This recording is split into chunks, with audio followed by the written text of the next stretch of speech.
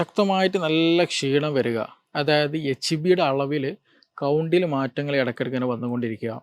അതുപോലെ നമ്മൾ അറിയാണ്ട് തന്നെ എന്ത് ചെയ്യുക, നല്ല ക്ഷീണം പിടിച്ച് വെയിറ്റ് ലോസ് നല്ലോണം ഉണ്ടായി വരിക. വൊമിറ്റിങ്ങിൻ്റെ കണ്ടീഷനിൽ ചില ആളുകൾക്ക് ബ്ലഡ് വരാറുണ്ട്. അതേപോലെ ടോയ്ലറ്റിൽ പോകുമ്പോൾ മലത്തിന് കൂടെ എന്ത് ചെയ്യാറുണ്ട്, ബ്ലഡിൻ്റെ സാന്നിധ്യം കാണാറുണ്ട്. അതേപോലെ തന്നെയാണ് ഈ ചില ആളുകൾക്ക് ഈ നേരത്തെ പറഞ്ഞതുപോലെ പുളിച്ചത് കിട്ടുന്ന അവസ്ഥ, വെള്ളം കുടിക്കുമ്പോൾ പ്രയാസം, ഭക്ഷണം ഇറക്കുന്ന സമയത്ത് ബുദ്ധിമുട്ട് അനുഭവപ്പെടുക, അല്ല HCl പോലെയുള്ള സെക്രീഷൻസിലേക്ക് നോർമലിലേക്ക് എത്തുക, അവിടുത്തെ സെൽസിൻ്റെ ക്രമീകരണം നോർമലിലേക്ക് എത്തുക, അവിടുത്തെ ഗ്യാസ്ട്രിക് ലീക്കേജ് ഉണ്ടെങ്കിൽ അത് നോർമലാക്കുക.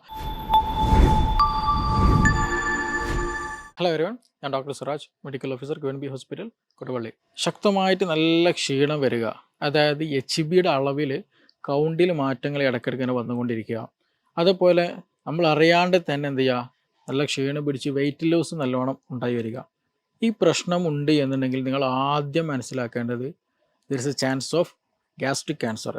വയറ്റിൽ ക്യാൻസർ ഉണ്ടാകാനുള്ള ഒരു സാധ്യത നിങ്ങളിലുണ്ട് എന്നുള്ളത് നിങ്ങൾ ആദ്യം മനസ്സിലാക്കണം. വേറൊരു കാര്യം കൂടി ഇതിൻ്റെ കൂടെ ചേർത്ത് വായിക്കേണ്ടതുണ്ട്. കാരണം ക്യാൻസറിൻ്റെ കൂട്ടത്തിൽ തന്നെ ലോകത്ത് നാലാം സ്ഥാനമാണ് മരണത്തിൽ ഗ്യാസ്ട്രിക് ക്യാൻസറിനുള്ളത്. അപ്പോൾ അതുകൊണ്ട് തന്നെ ഇനി മരണസാധ്യത വളരെ കൂടുതലുണ്ട്, ഒരുപാട് ആളുകളിൽ ഇത് ബാധിക്കുന്നുണ്ട് എന്നുള്ളതൊക്കെ നമ്മൾ തിരിച്ചറിയണം. അപ്പോൾ ഇത് ഗ്രാജ്വലി നമ്മുടെ വെയിറ്റ് ഇങ്ങനെ കുറഞ്ഞുകൊണ്ടിരിക്കുന്നുണ്ട്, നല്ല ക്ഷീണം വരുന്നു, ഇടയ്ക്കിടയ്ക്ക് ഗ്യാസ്ട്രിക് ഇഷ്യൂസ് വരുന്നുണ്ട്, അനീമിയ അതായത് HBയുടെ അളവിലൊക്കെ നല്ല മാറ്റം വരുന്നുണ്ട്, മെഡിസിൻ കുടിക്കുമ്പോൾ ഒരു പ്രോപ്പറായിട്ടുള്ളൊരു ചേഞ്ച് വരുന്നില്ല എന്നൊക്കെ വരുന്നുണ്ടെങ്കിൽ തീർച്ചയായിട്ടും നല്ലൊരു ട്രീറ്റ്മെൻറ്റിലേക്ക് പോകണം. ഈ ഗ്യാസ്ട്രിക് ക്യാൻസർ വരാനുള്ള പ്രധാന കാരണം എന്ന് പറയുന്നത് എച്ച് പൈലോറിക് എന്ന ബാക്ടീരിയയുടെ ഒരു ഇൻഫെക്ഷനാണ്. നമുക്കൊക്കെ പരിചയമുണ്ടാകും. മോസ്റ്റ്ലി ആളുകൾക്ക് ഒരുപാട് ട്രീറ്റ്മെൻറ്റ് എടുത്ത കേസായിരിക്കും എച്ച് പൈലോറിക് എന്ന് പറയുന്നത്. അപ്പോൾ എച്ച് പൈലോറിക് ഇൻഫെക്ഷൻ ഉണ്ട് എന്നുണ്ടെങ്കിൽ തീർച്ചയായിട്ടും ഈ കാര്യങ്ങൾ ശ്രദ്ധിക്കണം. നിങ്ങൾക്ക് ഇങ്ങനെ ബുദ്ധിമുട്ട കാര്യങ്ങൾ എന്നുണ്ടെങ്കിൽ എത്രയും വേഗം ട്രീറ്റ്മെൻറ്റ് എടുക്കുക എന്നുള്ളതാണ് ഇതിന് ഏറ്റവും വലിയ ഓപ്ഷൻ. അപ്പോൾ എച്ച് പൈലോറിക്കിൻ്റെ കേസ് എടുത്താൽ തന്നെ ഏകദേശം 70% അതിലധികം കേസുകളും ക്യാൻസർ വരാനുള്ള റീസൺ എന്ന് പറയുന്നത് എച്ച് പൈലോറിയുടെ ഒരു ഇൻഫെക്ഷൻ, അതിൻ്റെ ഒരു സാന്നിധ്യമാണ്. അപ്പോൾ എച്ച് പൈലോറിക് ഇത് എങ്ങനെയാണ് യഥാർത്ഥത്തിൽ നമ്മുടെ ശരീരത്തിൽ ആക്ഷൻ ചെയ്യുന്നത്, ഇത് എങ്ങനെ പ്രതിരോധിക്കുക? ചില ആളുകൾ ട്രീറ്റ്മെൻറ്റ് എടുത്താൽ പോലും അത് വീണ്ടും വന്നുകൊണ്ടിരിക്കുന്ന കണ്ടീഷൻസ് ഉണ്ട്. ചില ആളുകൾ ട്രീറ്റ്മെൻറ്റ് എടുത്താൽ അത് നെവർ മൈൻഡൊക്കെ വിടുന്ന കേസുകളുണ്ട്. അപ്പോൾ അതൊക്കെ നമ്മൾ എന്താ പറയുക, നമ്മുടെ ലൈഫ് സ്റ്റൈൽ പ്രത്യേകം ശ്രദ്ധിക്കേണ്ടതുണ്ട്. എച്ച് പൈലോറിക്ക് ഓൾമോസ്റ്റ് 50 or more than 50% ആളുകളിലും അവരുടെ സ്റ്റൊമക്കിൽ ഈ ബാക്ടീരിയ ഉണ്ട്. ഹെലിക്കോബാക്ടർ എന്ന് പറയുന്ന എച്ച് പൈലോറിക് ബാക്ടീരിയ പ്രസൻ്റ് ആണ്. അപ്പോൾ ഇത് ആക്റ്റീവായി കഴിഞ്ഞാൽ എന്ത് ചെയ്യും, നമ്മുടെ ശരീരത്തിലുള്ള ഗ്യാസ്ട്രിക് അതായത് വയറ്റിലുള്ള സ്റ്റൊമക്കിലുള്ള ആസിഡിൻ്റെ സെക്രീഷൻസ് കൂടും ചില ആളുകളിൽ. അതേസമയം ചില ആളുകളിൽ ആസിഡിൻ്റെ സെക്രീഷൻ കുറയുന്ന കണ്ടീഷൻ വരുന്നുണ്ട്. അപ്പോൾ ഇങ്ങനെയുള്ള സെക്രീഷൻസ് കൂടുക കുറയുകയൊക്കെ വന്നാൽ സ്വാഭാവികമായിട്ടും അവിടെയുള്ള വയറ്റിലുള്ള നോർമൽ എൻവയോൺമെൻറ്റിൽ ചേഞ്ചസ് വരും.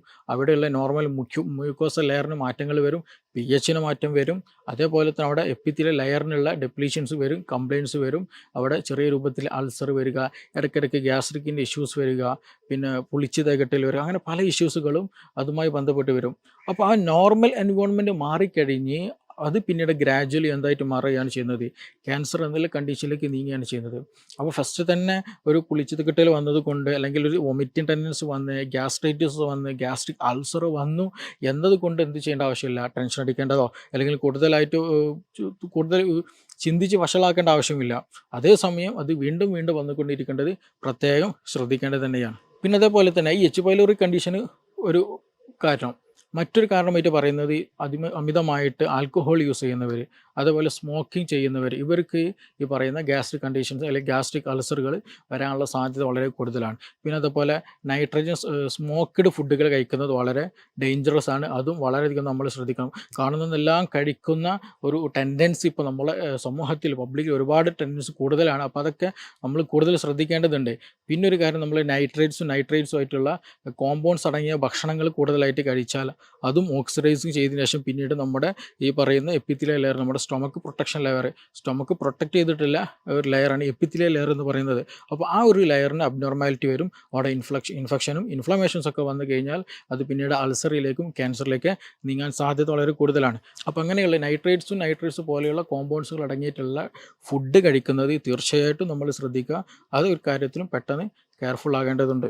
അതുപോലെ തന്നെയാണ് നമ്മുടെ ഭക്ഷണത്തിൽ വെജിറ്റബിൾസിൽ ഇല്ലാന്നുണ്ടെങ്കിൽ, നല്ല ഫൈബേഴ്സ് ഇല്ലാന്നുണ്ടെങ്കിൽ, മിനറൽസ് ഇല്ലാന്നുണ്ടെങ്കിൽ, vitamin C, vitamin E, vitamin D പോലെയുള്ള കണ്ടൻറ്റുകൾ ഇല്ലാന്നുണ്ടെങ്കിൽ ശരിയായ രീതിയിൽ പ്രൊഡക്ഷൻസുകൾ നടക്കില്ല. ശരിയായ രീതിയിലുള്ള എൻസൈം പ്രൊഡക്ഷൻസ്, ഹോർമോൺ പ്രൊട്ടക്ഷൻസുകളൊന്നും നടക്കില്ല.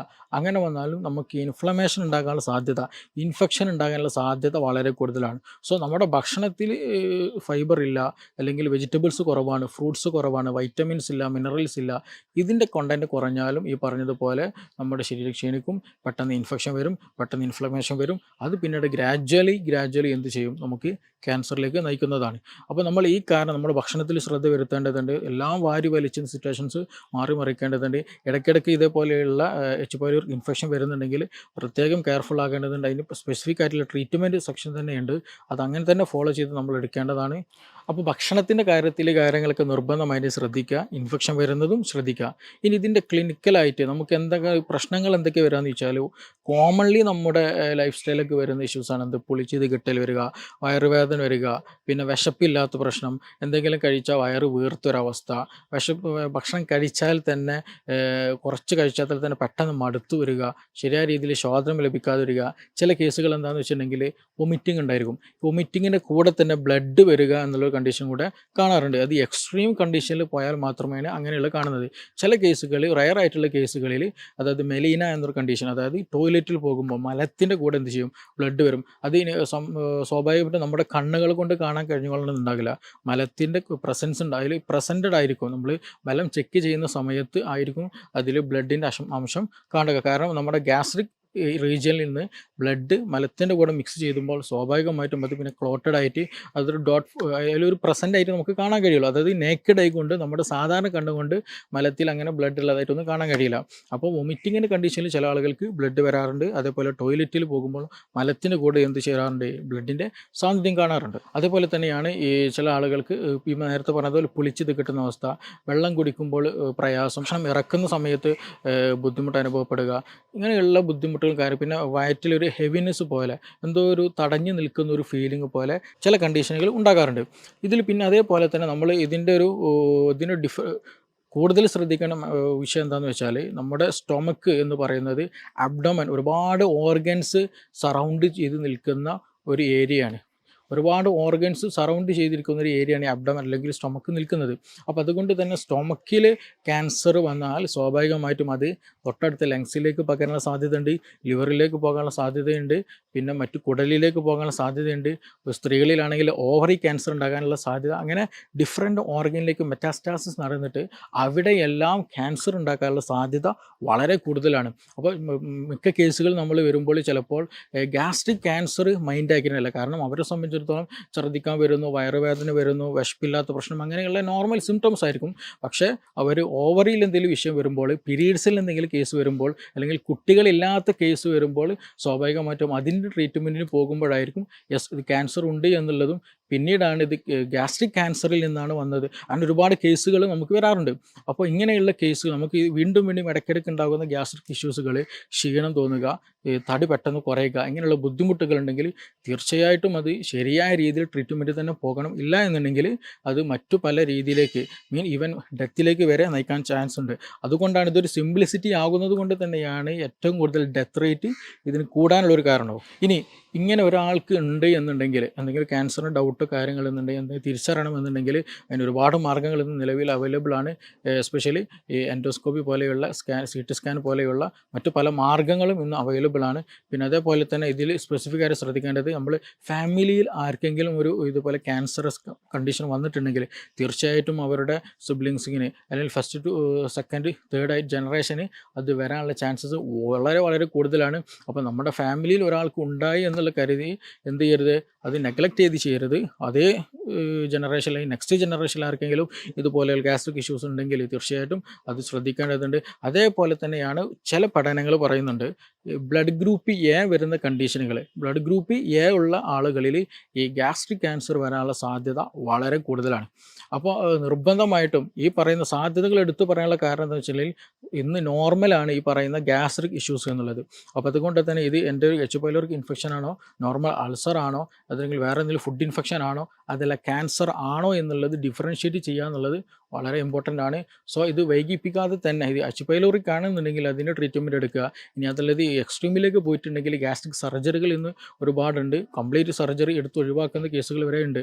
അപ്പോൾ അതിന് പ്രോപ്പറായിട്ടുള്ള ട്രീറ്റ്മെൻറ്റ് പ്രോപ്പർ ടൈമിൽ എടുക്കുക എന്നുള്ളതാണ് ഇതിന് ഏറ്റവും വലിയ മാർഗ്ഗം. ഇനി മെഡിസിനലായിട്ട് നമുക്ക് എച്ച് പൈലോറിക്കിൻ്റെ കേസിൽ എസ്പെഷ്യലി ഈ രക്തമധുരം പോലെയുള്ളതൊക്കെ വളരെ ഹെൽപ്ഫുള്ളാണ്. നമ്മുടെ ഡൈജഷന് പ്രോപ്പറാക്കാനും എച്ച് പൈലോറിക് ഇറാഡിക്കേറ്റ് ചെയ്യാനും നമ്മുടെ നോർമൽ ഒരു എപ്പിത്തീലിയൽ ലെയർ ഗ്യാസ്ട്രിക്കിൻ്റെ സ്റ്റൊമക്കിനെ ഒരു നോർമൽ എപ്പിത്തീലിയൽ ലെയറിലേക്ക് എത്തിക്കാൻ, അതിനെ വീണ്ടും ഒരു നോർമൽ ലെവലിലേക്ക് കൊണ്ടുപോകാൻ ഒരുപാട് മെഡിസിൻസ് ഇന്ന് അവൈലബിൾ ഉണ്ട്. അപ്പോൾ അതേപോലെ തന്നെ നമ്മുടെ ഗ്യാസ്ട്രിക് സെക്രീഷൻസ് ഗ്യാസ്ട്രോം പോലെയുള്ള HCl പോലെയുള്ള സെക്രീഷൻസിലേക്ക് നോർമലിലേക്ക് എത്തിക്കുക, അവിടുത്തെ സെൽസിൻ്റെ ക്രമീകരണം നോർമലിലേക്ക് എത്തിക്കുക, അവിടുത്തെ ഗ്യാസ്ട്രിക് ലീക്കേജ് ഉണ്ടെങ്കിൽ അത് നോർമലാക്കുക. ആ ഒരു എൻവയോൺമെൻറ്റ് പ്രോപ്പറായിട്ട് കൊണ്ടുവന്നാൽ തീർച്ചയായിട്ടും ഇതൊരു ഇഷ്യൂ ആക്കാണ്ട് വീണ്ടും ഒരു ക്യാൻസറിലേക്ക് പോകാതെ തന്നെ നമുക്ക് ട്രീറ്റ് ചെയ്യാവുന്നതാണ്. അപ്പോൾ ഇതിനെപ്പറ്റി എന്തെങ്കിലും ഡൗട്ട്സ് ഉണ്ടെങ്കിൽ, എന്തെങ്കിലും അറിയണമെന്നുണ്ടെങ്കിൽ തീർച്ചയായിട്ടും നിങ്ങൾക്ക് താഴെ തന്നിട്ടുള്ള നമ്പറിൽ കോൺടാക്റ്റ് ചെയ്യാവുന്നതാണ്. ഇനി മറ്റൊരു വീഡിയോയുമായി ബന്ധപ്പെട്ടിട്ട് നമുക്ക് വീണ്ടും കാണാം. Thank you.